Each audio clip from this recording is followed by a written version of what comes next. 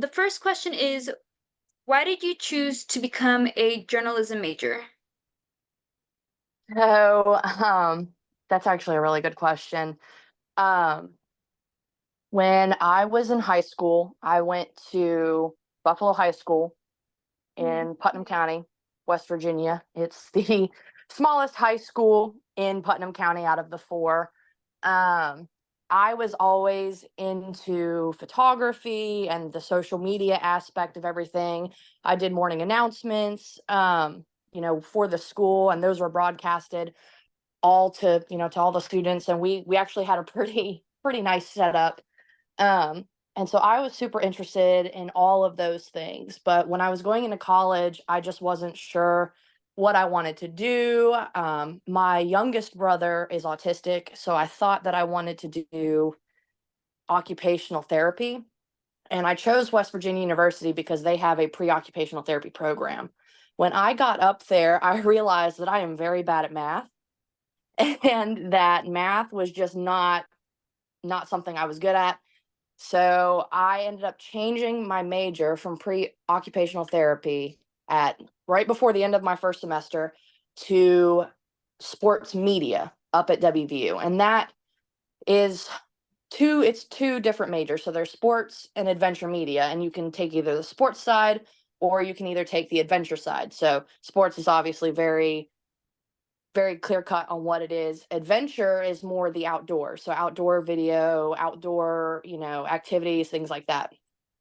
So I chose the sports side of things and I loved it.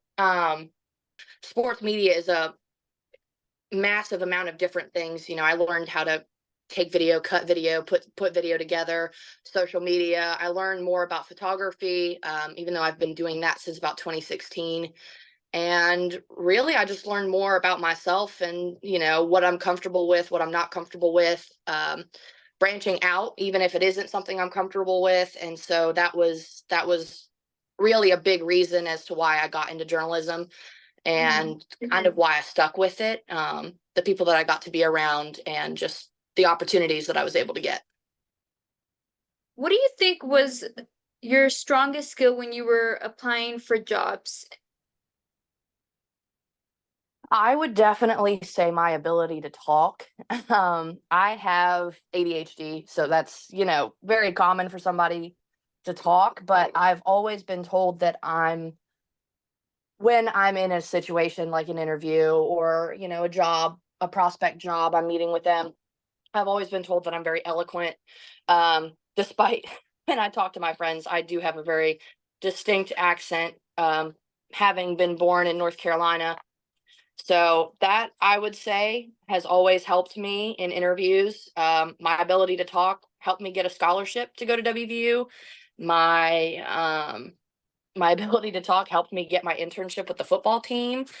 I like talking to people. I like understanding, them and what makes them tick, so then I can better tailor things that I want to talk with them about, or, how to get to know them best. And so I think that's really a strong suit of mine when it comes to interviews and things like that.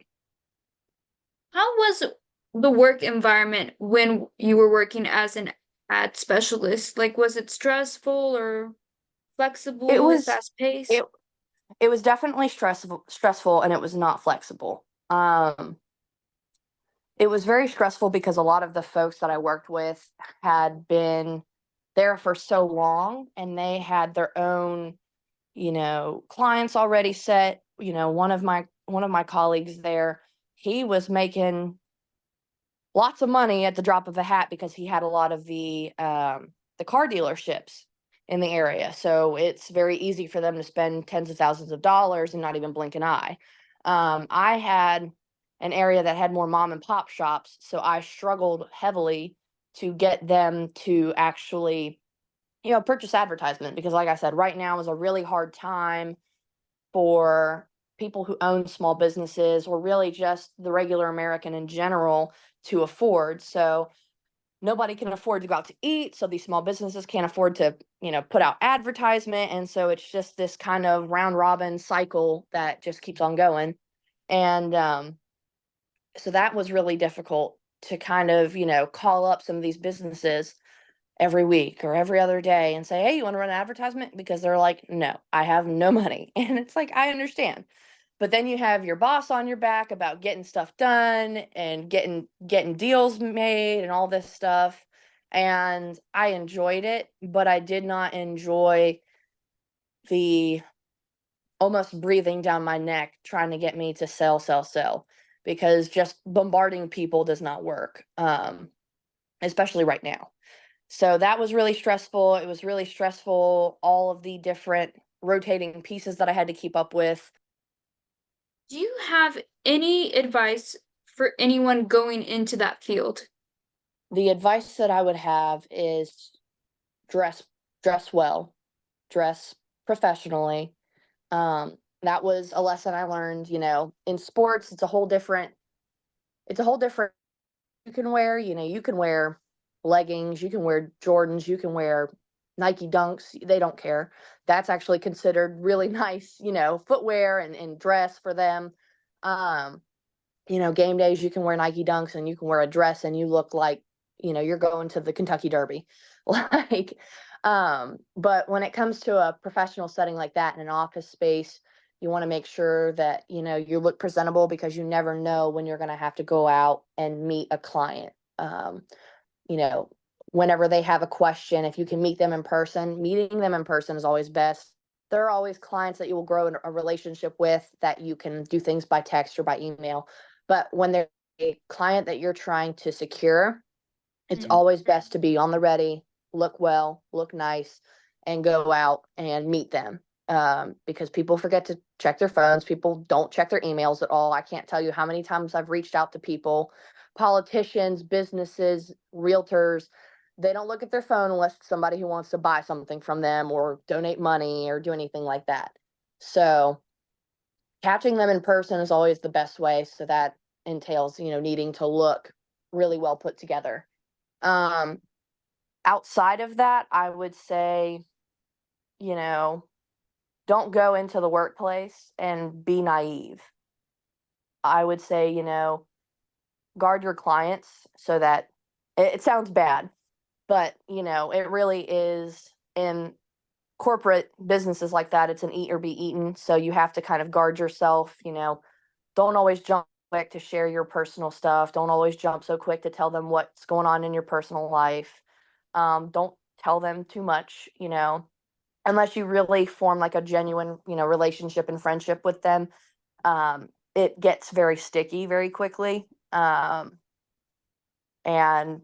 issues can arise. And when you're in an environment that is no longer hospitable and more hostile, it's just not fun to work there. And in office settings like that, it can happen really, really quickly. So I've seen it happen. I've seen it happen in sports, which sports is more laid back than anything. But, when you're dealing with college athletes, you have such a thin line of what you can do and can't do. You know, when I interned there, I even had to sign a document stating I wouldn't bet on any NCAA officiated game, regardless of what level it was, D1, D2, D3, some other, something else, anywhere else. I could not, put a bet down on it. Um, you know, you always just have to be careful, be about yourself, because everybody has the best intentions for you, or, and other people are always looking for ways to get ahead. I had a couple coworkers there who were amazing, who were really great. They saw me as a genuine friend, and then I had some who didn't. They were looking to protect themselves, and I don't blame them for that. But at the end of the day, you got to protect yourself and the money that you're making or the potential money you could make. And so that's just something you always want to keep in the back of your mind. Not that people aren't genuine, but that there could just be that one that could ruin things for you. And so you always want that just sitting there in case you get into that situation, so that you kind of know how to navigate. Well, I think those are all the questions that I have for you today. Okay. Thank you Yeah. so thank you so much for doing this. I really appreciate it. Yeah, it's no problem. Thank you.